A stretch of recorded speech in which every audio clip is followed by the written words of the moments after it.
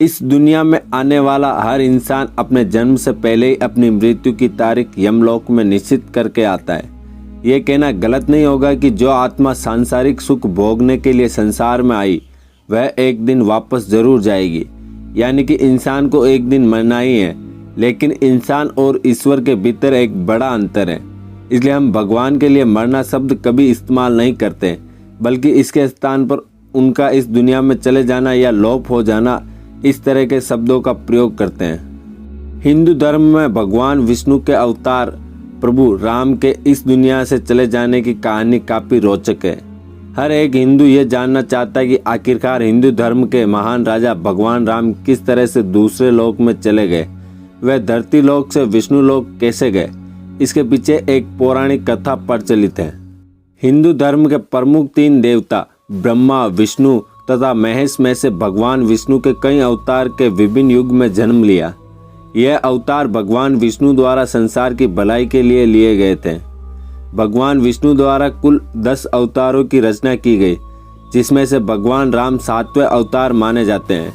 यह अवतार भगवान विष्णु के सभी अवतारों में से सबसे ज्यादा प्रसिद्ध और पूजनीय माना जाता है। प्रभु राम के बारे में महर्षि वाल्मीकि द्वारा अनेक कथाएं लिखी गई है, जिन्हें पढ़कर कलयुग के मनुष्य को श्री राम के बारे में जानकारी प्राप्त होती है। वाल्मीकि के अलावा प्रसिद्ध महाकवि तुलसीदास ने भी अनगिनत कविता द्वारा कलयुग के मानव को ही श्री राम की तस्वीर जाहिर करने की कोशिश की। भारत में उत्तर से लेकर दक्षिण तथा पूर्व से पश्चिम तक सभी जगह पर भगवान राम के मंदिर स्थापित किए गए हैं। इनमें से कई मंदिर ऐतिहासिक दृष्टि से बनाए गए हैं। भगवान श्री राम की मुक्ति से पूर्व यदि हम उनके जीवन काल पर नजर डालें तो प्रभु राम ने पृथ्वी पर 10,000 से भी ज्यादा वर्षों तक राज किया है। अपने इस लंबे परिमित समय में भगवान राम ने ऐसे कई महान कार्य किए हैं, जिन्होंने हिंदू धर्म को एक गौरवमय इतिहास प्रदान किया है। प्रभु राम ने अयोध्या के राजा दशरथ के सबसे बड़े पुत्र थे, जिनका विवाह जनक की राजकुमारी सीता से हुआ था। अपनी पत्नी की रक्षा करने के लिए भगवान राम ने राक्षसों के राजा रावण का वध भी किया था। फिर कैसे भगवान राम इस दुनिया से लोप हो गए, वह क्या कारण था जो उन्हें अपने परिवार को छोड़ विष्णु लोक वापस पधारना पड़ा। पद्म पुराण में दर्ज एक कथा के अनुसार एक दिन एक वृद्ध संत भगवान राम के दरबार में पहुंचे और उनसे अकेले में चर्चा करने के लिए निवेदन किया। उस संत की पुकार सुनते हुए राम उन्हें एक कक्ष में ले गए और द्वार पर अपने छोटे भाई लक्ष्मण को खड़ा किया और कहा कि यदि उनके और उस संत की चर्चा को किसी ने भंग करने की कोशिश की तो उसे मृत्युदंड प्राप्त होगा। लक्ष्मण ने अपने ज्येष्ठ भ्राता की आज्ञा का पालन करते हुए दोनों को उस कमरे में एकांत में छोड़ दिया और खुद बाहर पहरा देने लगे। वह वृद्ध संत कोई और नहीं बल्कि विष्णु लोक से भेजे गए कालदेव थे, जिन्हें प्रभु राम को यह बताने भेजा था कि उनका धरती पर जीवन पूरा हो चुका है और अब उन्हें अपने लोक वापस लौटना होगा।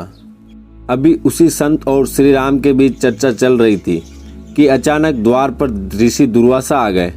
उन्होंने लक्ष्मण से भगवान राम से बात करने के लिए कक्ष के भीतर जाने के लिए निवेदन किया, लेकिन श्री राम की आज्ञा का पालन करते हुए लक्ष्मण ने उन्हें ऐसा करने से मना किया। ऋषि दुर्वासा हमेशा से अपने अत्यंत क्रोध के लिए जाने जाते हैं, जिसका खामियाजा हर किसी को भुगतना पड़ता है, यहाँ तक कि स्वयं श्री राम को भी। लक्ष्मण के बार बार मना करने पर भी ऋषि दुर्वासा अपनी बात से पीछे ना हटे और अंत में लक्ष्मण को श्री राम को श्राप देने की चेतावनी दे दी। अब लक्ष्मण की चिंता और बढ़ गई। वह समझ नहीं पा रहे थे कि आखिरकार अपने भाई की आज्ञा का पालन करे या फिर उन्हें श्राप से मिलने को बचाए। लक्ष्मण हमेशा अपने ज्येष्ठ भाई श्री राम की आज्ञा का पालन करते आए थे। पूरे रामायण काल में वे एक क्षण भी श्री राम से दूर नहीं रहे। यहाँ तक कि वनवास के समय भी वे अपने भाई और सीता के साथ ही रहे थे और अंत में उन्हें साथ लेकर ही अयोध्या वापस लौटे थे। ऋषि दुर्वासा द्वारा भगवान राम को श्राप देने जैसी चेतावनी सुनकर लक्ष्मण काफी भयभीत हो गए और फिर उन्होंने एक कठोर फैसला लिया। लक्ष्मण कभी नहीं चाहते थे कि उनके कारण उनके भाई को कोई किसी भी प्रकार की हानि पहुंचा सके, इसलिए उन्होंने अपनी बलि देने का फैसला किया। उन्होंने सोचा यदि वे ऋषि दुर्वासा को भीतर नहीं जाने देंगे तो उनके भाई का श्राप का सामना करना पड़ेगा, लेकिन यदि वे श्री राम की आज्ञा के विरुद्ध जाएंगे तो उन्हें मृत्युदंड भुगतना होगा। यही लक्ष्मण ने सही समझा। वे आगे बढ़े और कमरे के भीतर चले गए। लक्ष्मण को चर्चा में बाधा डालते देख श्री राम ही धर्म संकट में पड़ गए।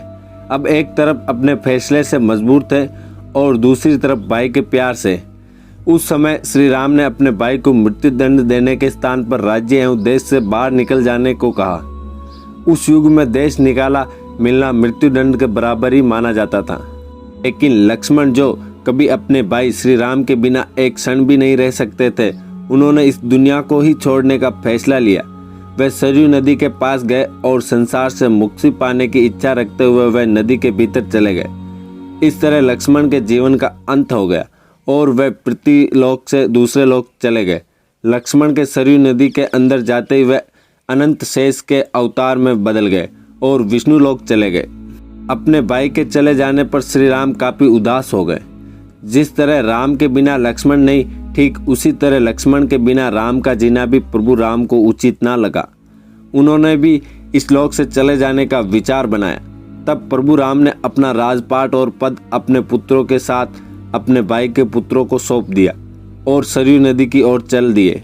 वहां पहुंचकर श्री राम सरयू नदी के बिल्कुल आंतरिक भूभाग तक चले गए और अचानक गायब हो गए।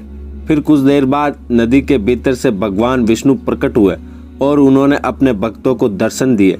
इस प्रकार से श्री राम ने भी अपना मानवीय रूप त्याग कर अपने वास्तविक स्वरूप विष्णु का रूप धारण किया और वैकुंठ धाम की ओर प्रस्थान किया। भगवान राम का पृथ्वी लोक से विष्णु लोक में जाना कठिन हो जाता यदि भगवान हनुमान को इस बात की आशंका हो जाती।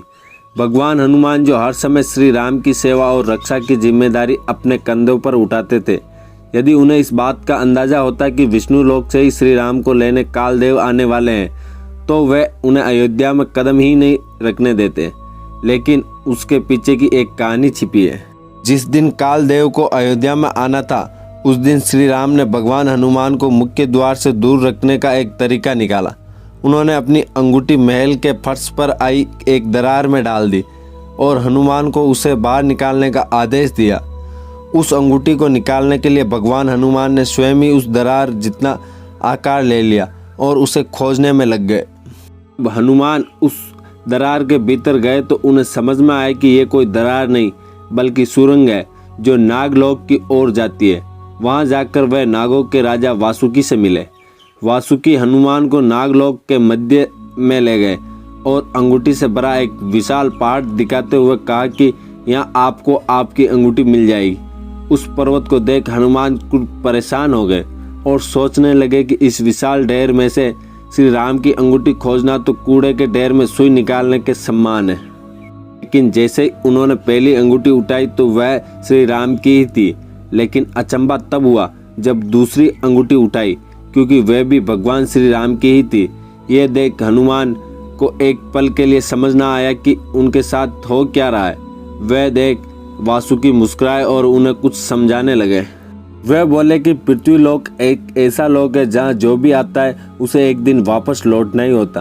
उसके वापस जाने का साधन कुछ भी हो सकता है। ठीक इसी तरह श्री राम भी पृथ्वी लोक को छोड़कर एक दिन विष्णु लोक वापस अवश्य जाएंगे। वासुकी की यह बात सुनकर भगवान हनुमान को सारी बातें समझ में आने लगी। उनका अंगूठी ढूंढने के लिए आना और फिर नागलोक पहुंचना, यह सब श्री राम का ही फैसला था।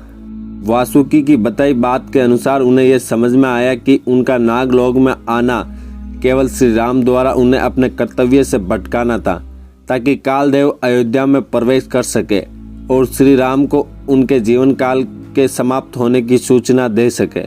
अब जब वे अयोध्या वापस लौटेंगे तो श्री राम नहीं होंगे और श्री राम नहीं तो दुनिया कुछ भी नहीं। तो आशा है कि आज का वीडियो आपको बहुत अच्छा लगा होगा। ऐसे और ज्ञानवर्धक वीडियो के लिए आप हमारे चैनल को ज़रूर सब्सक्राइब करें। तब तक के लिए धन्यवाद। जय हिंद, जय भारत, इंकलाब जिंदाबाद।